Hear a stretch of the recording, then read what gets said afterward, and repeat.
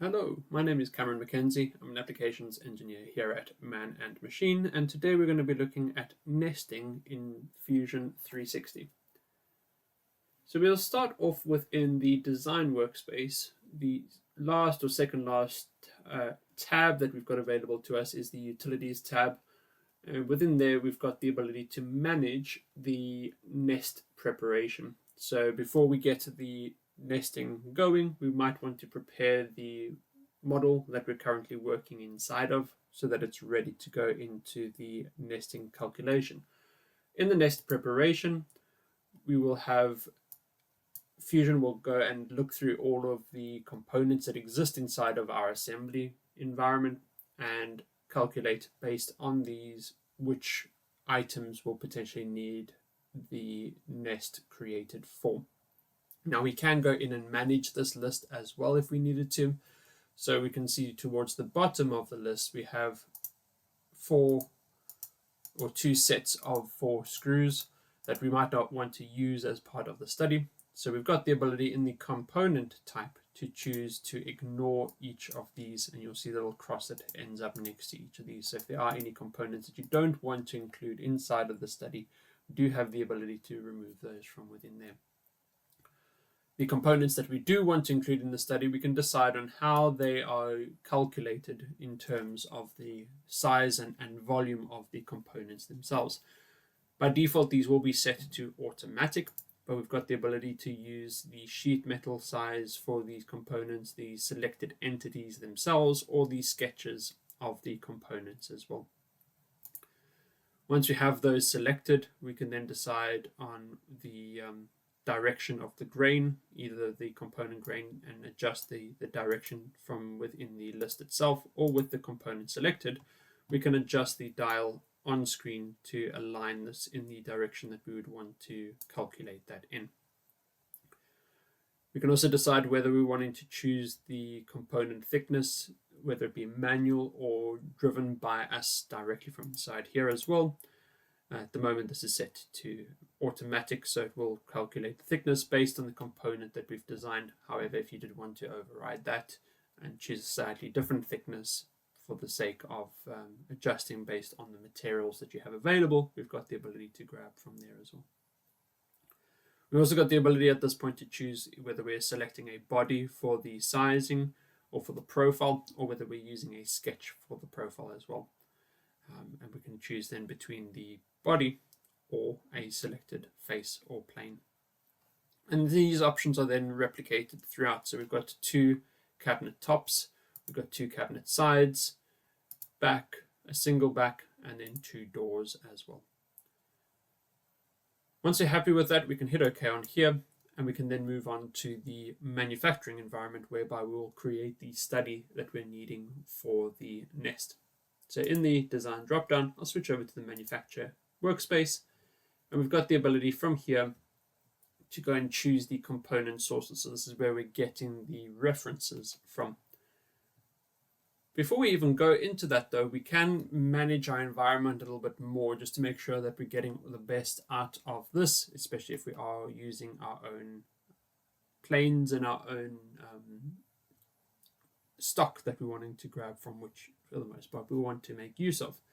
And we can do that from within the Manage tab, or the Manage panel rather. We can go and choose the Process Material library. And this is where we can go and choose a library or configure a library of material that we want to make our components out of. So we have a package over here. We've got a material which is an oak white material. And this oak white material has various packages available to it. We've got a length and a width value, a form, and then a potential cost per sheet.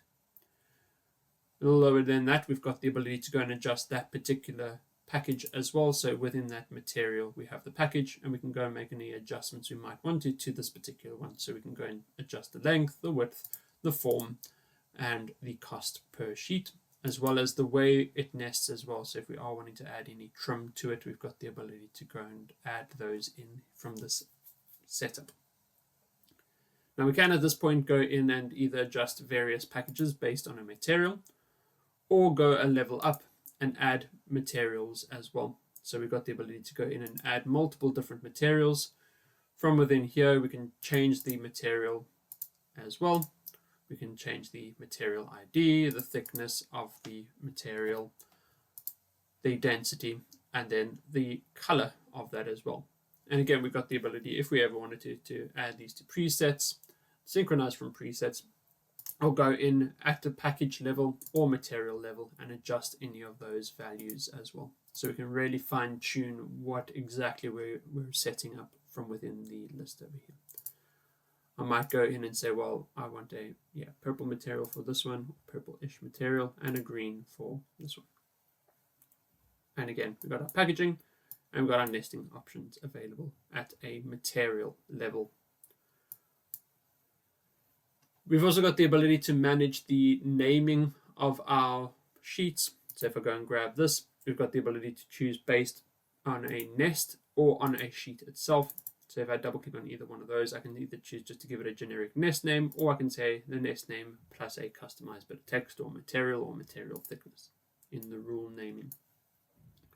Same for the sheet. We've got the sheet. We've also got the ability to add in any custom text, material, or thickness to the sheet name as well.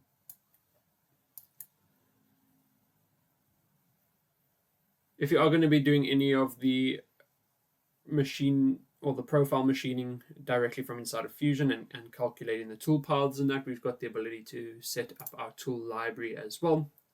I have created a cutting library whereby I've got a water jet, a laser cutter, and a plasma cutter with the default configurations for those.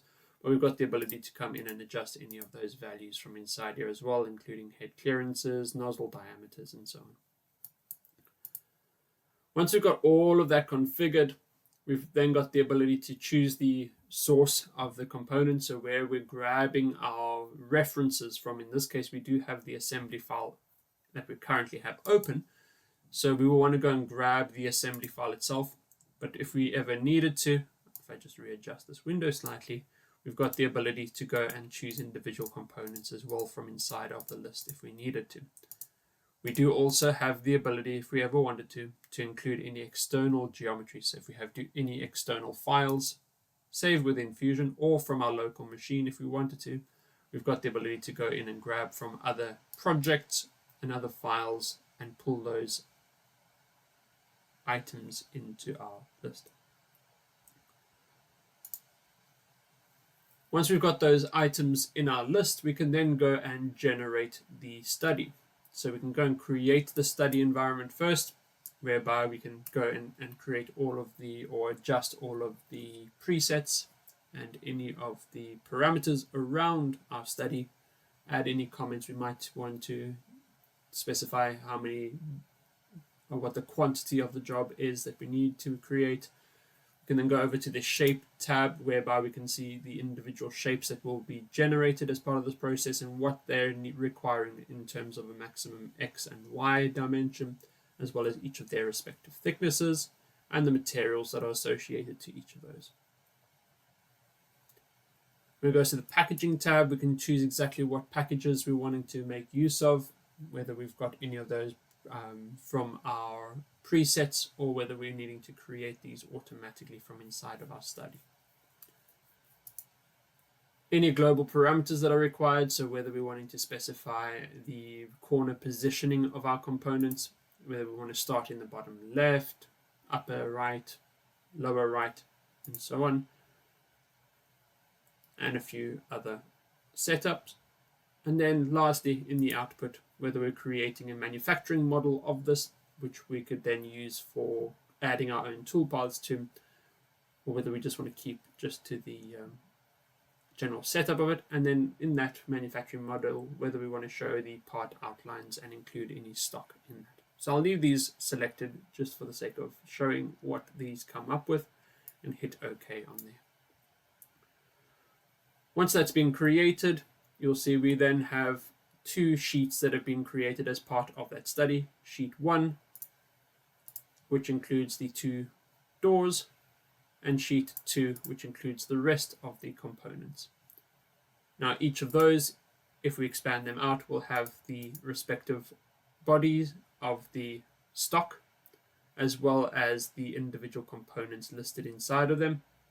And then in the Sketches tab, we have these a sketch of the entirety of the stock, the remnant cut, as well as each of the individual profiles that will be required on this, that we can use as reference for a DXF if we needed to, or for creating the cut that we'll need a little later on. So once we've got all of these set up, we can then head over, we could create a setup if we wanted to for the cutting process, but we can also just jump directly to a 2D profile cutting, whereby we will go and choose the tool that we're wanting to use to cut out the profiles. I'll go into my cutting setup and grab a water jet or plasma cutter as part of this process. Choose the geometry that I want to grab as part of this as well, so I can go in and grab all of the external profiles. Hit OK on there. It'll then go and generate the toolpaths that are required. It'll know the stock based on the stock setup, and we could essentially go and publish this out as NC code using the post processor. We could go in and add the other sheet as a second setup as well if we wanted to, and post both of them out at the same time. So you can really quickly go from a fully assembled manufacturable model through the process of creating a nesting study. We'll go and generate as many sheets as we need to for the various components, and then we can generate the NC code directly from here using our post processor. This will take into consideration potentially the machine we're using or the post processor itself, and then generate the NC code that we need as part of that.